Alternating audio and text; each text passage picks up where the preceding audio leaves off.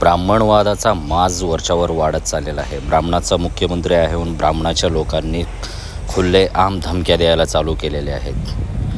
इंद्रजित सावंत इतिहास संशोधनकार यांनी छत्रपती शिवाजी महाराज संभाजी महाराजांचे योग्य ते पुराव्यानिशी दाखले दिल्यामुळं ह्यांच्या बुडाला आग लागलेली आहे आणि त्यांनी इंद्रजित सावंतांना तर मारण्याची धमकी दिली. त्याच्यासोबतच छत्रपती शिवाजी महाराजांना पळून जाणारा छत्रपती शिवाजी महाराज जर ब्राह्मण नसते तर छत्रपती झाला नसता आणि छत्रपती संभाजी महाराजांना लंपट बाईबाज आणि अशा गोष्टीनं तो उच्चारणारा ब्राह्मण आज यांची एवढी ताकद आली कुठून?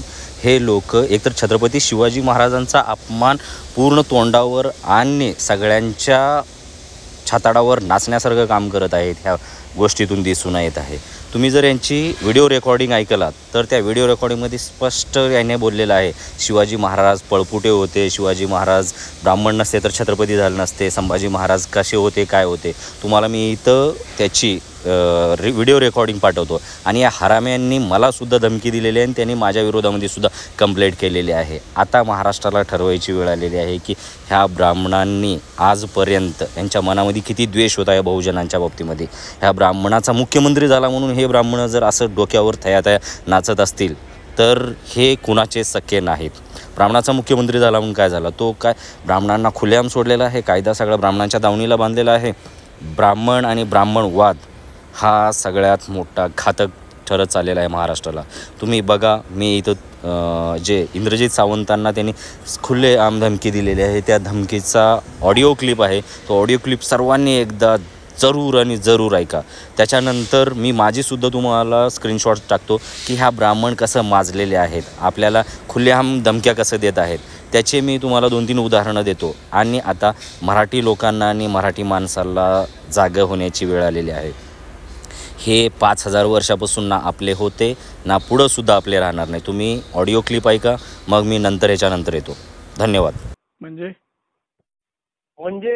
समजून जा तुम्ही काय करायचं आता. म्हणजे काय? ठीक आहे. आता मुद्दा असा आहे की तुम्ही ज्या रेफरन्सचा बोलले ना त्याच्यामध्ये संभाजी महाराज काय करत होते हे पण सांगा ना लोकांना. काय करत होते?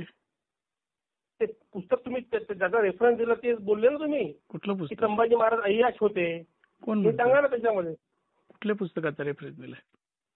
तुम्ही दिला ना पुस्तकात ज्या विदेशी माणसाचा तुम्ही उल्लेख दिला. कुठल्या? साहेब, ब्राह्मणांबद्दल एवढं वक्तव्य करू नका. तुम्ही ब्राह्मणांच्याच मुख्यमंत्र्यांच्या हक्कात आहे, लक्षात घ्या. म्हणजे काय करणार आहेत मग ते? नाही, ब्राह्मणांच्या शासनामध्ये तुम्ही काम करताय, लक्षात ठेवा. हे कुणी आणि सांगितलं? रामचंद्र मधलं अमात्य कोण होते, बाजीप्रभू कोण होते, महाराजांना कोणी वाचवलं हे लक्षात ठेवा तुम्ही. कुणी वाचवलं? कोणी वाचवलं? बाजीप्रभू नसते तो महाराज नसा जिवंत, लक्षात ठेवा. अरे, कुणी सांगितलं तुम्हाला? नवीनच? काय नवीनच? बाजीप्रभू महाराज गेले तुमचे पळून. कोण? तुमचे महाराज गेले पळून गेले? मग काय बोलताय तुम्ही?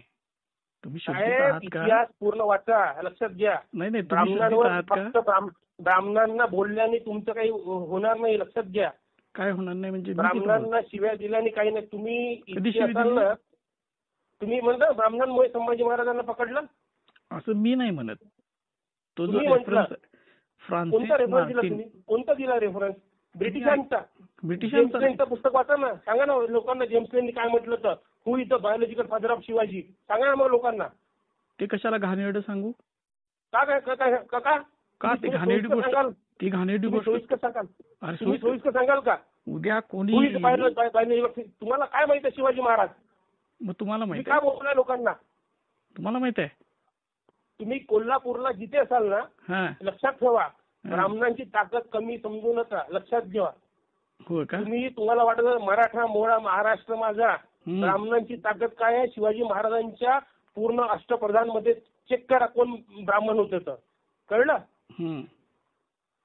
तुम्ही आपल्याला कुठलं एबीपी माझा आणि कोणतं एबीपी कोणतं चॅनल मिळाल्या त्याच्यामुळे फक्त स्वतःची टीआरपी वाढवण्यासाठी करू नका. ब्राह्मणांचे अवकाश काय आहे तुम्हाला दाखवून एक दिवस. आणि तुम्ही जिथं म्हणाल तिथे येतो. किती मराठा एकत्र करा तुम्ही, लक्षात घ्या. या दम असेल तर या. समजलं? शिवाजी ब्राह्मणांबद्दल इतके वाईट विषारी काय करू बोललो नका. विषारी? काय बोललो काय विषारी? विषारी बोलले तुम्ही? कुठल्या रेफरन्सने बोलले? कुठल्या पुस्तकाच्या रेफरन्सने बोलले तुम्ही? अहो, काय तुम्ही माहिती सांगा तुम्हाला? ना. कुठला तुम्ही सांगा. कुठला विदेशी माणूस इथे आला इतिहास जमा करायला मला सांगा ना. तुम्ही एक लक्षात शुद्धीत घ्या, नाही बहुतेक. छत्रपती शिवाजी महाराजांना देशापर्यंत पोहोचणारा भालजी पेंढारकर पहिला ब्राह्मण होता. त्यात लक्षात घ्या. हो का? त्यामुळे तुमचा छत्रपती कुठे गेला असता काही माहित नसतं पडलं. लक्षात घ्या. आता ऐका, तुमचं नाव काय? बाबासाहेब पुरंदरे कोण होता? ब्राह्मण होता. ऐका तुम्हाला हो. ब्राह्मण इतका द्वेष इतका? तुमचं नाव काय? काय बोलताय तुम्ही? माझं नागपूर? प्रशांत कोरटकर. गुगलवर सर्च करा. प्रशांत कोरटकर. हा. इथनं पळायचं काय? हे असली तुझ्यासारखी लई बघितल्यात. ए चिवतिया मादरचोद. ए, हॅलो. मादरचोदा. हा. तुझ्या बोल. बँचो साले हरामखोर. रेकॉर्ड कर रेकॉर्ड तुझ्या बापाला. ब्राह्मणाला बोलशील ना बँचो तुझी गाड मारून टाकील. लक्षात ठेव. तुझ्या कोल्हापूरला येऊन माहीत मादरचोदा. ब्राह्मणाचा शब्द काढशील ना ज्या दिवशी परशु गाडीत घुसवील मादरचोदा. लक्षात ठेव. परशुरामाला आमच्या श्रीरामानं की नाही, तुला तिथे मारेल.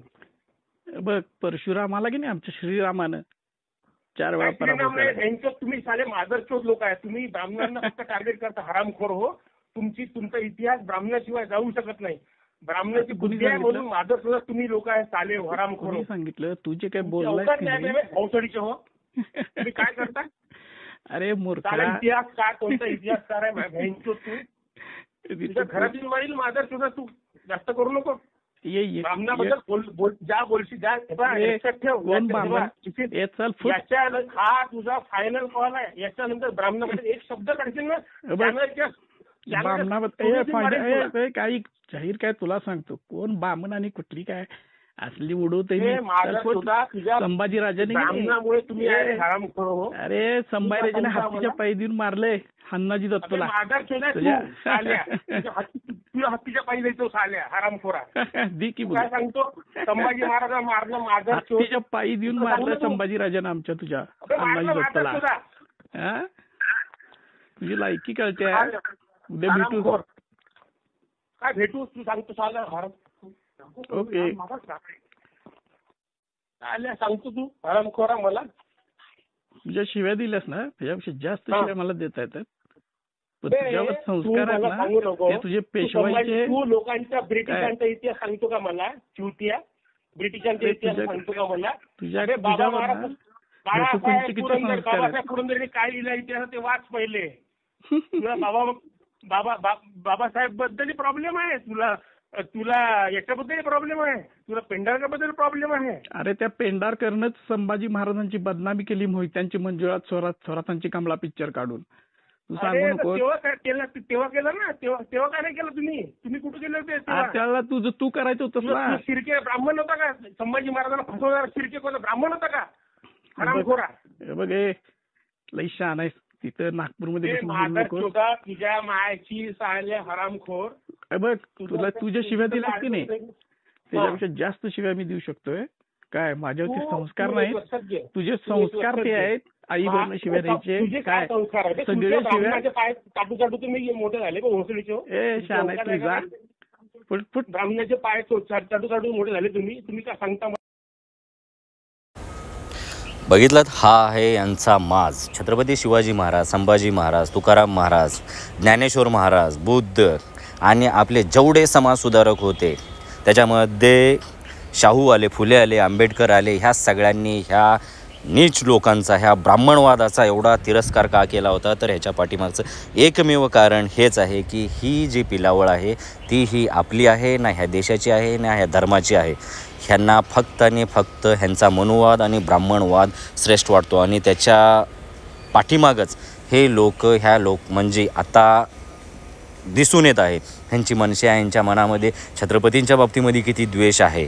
आणि हे लोक आता ह्यांचा मुख्यमंत्री देवेंद्रजी फडणवीस तुम्ही ब्राह्मणाचे आहेत म्हणून तुमच्या जीवावरती जर हे लोक असं नाचत असतील तर तुम्ही पुढच्या वेळेस मुख्यमंत्री कसं होणार?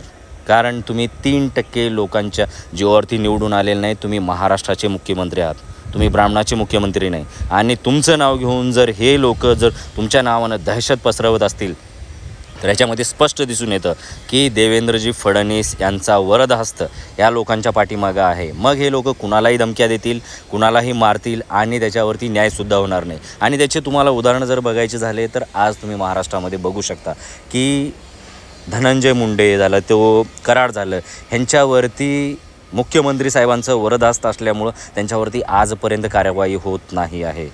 मग ह्याचे उदाहरणं जर असे असतील तर मुख्यमंत्री साहेब, आता महाराष्ट्राची जिम्मेदारी आहे की तुम्ही मुख्यमंत्री होऊन ह्या गोष्टीवरती लक्ष देणार आहात की ह्याच्या विद्रोहाला, ह्याच्या होणाऱ्या रिॲक्शनला तुम्ही सामोरे जाणार आहात. आणि तुम्ही ब्राह्मणाचे मुख्यमंत्री आहात की फक्त ब्राह्मणाचे मुख्यमंत्री आहात की महाराष्ट्राचे मुख्यमंत्री आहात, तुम्हाला ठरवायची वेळ आलेली आहे. आणि जर हे असं चालू राहिलं तर बाकीचे बहुजनसुद्धा खूप सक्षम आहेत. बहुजनांनी 5000 वर्षापासून तुम्हाला आजपर्यंत पाणी पाजलेलंच आहे आणि ह्याच्या पुढेही आम्ही तुम्हाला चांगल्या पद्धतीनं पाणी कसं पाजायचं हे आमच्याकडं आहे आणि आम्हाला माहिती आहे. आणि तुम्ही जर आमच्या छत्रपती, आमच्या आराध्य दैवतावरती जर येत असाल, बोलत असाल तर आम्ही तुमचा माज मोडल्याशिवाय राहणार नाही. आणि तुम्हाला जर जे भिक्षुक लोकांना जर एवढा माज असेल तर आम्ही तुम्हाला भिक्षा देणारे लोक आहोत. तर आमचा किती माज असेल आणि आम्ही ह्याचं उत्तर कुठल्या प्रकारे देऊ शकतो हे तुम्हाला चांगलंच माहीत आहे. मुख्यमंत्री साहेब तुम्ही ठरवा. ब्राह्मणा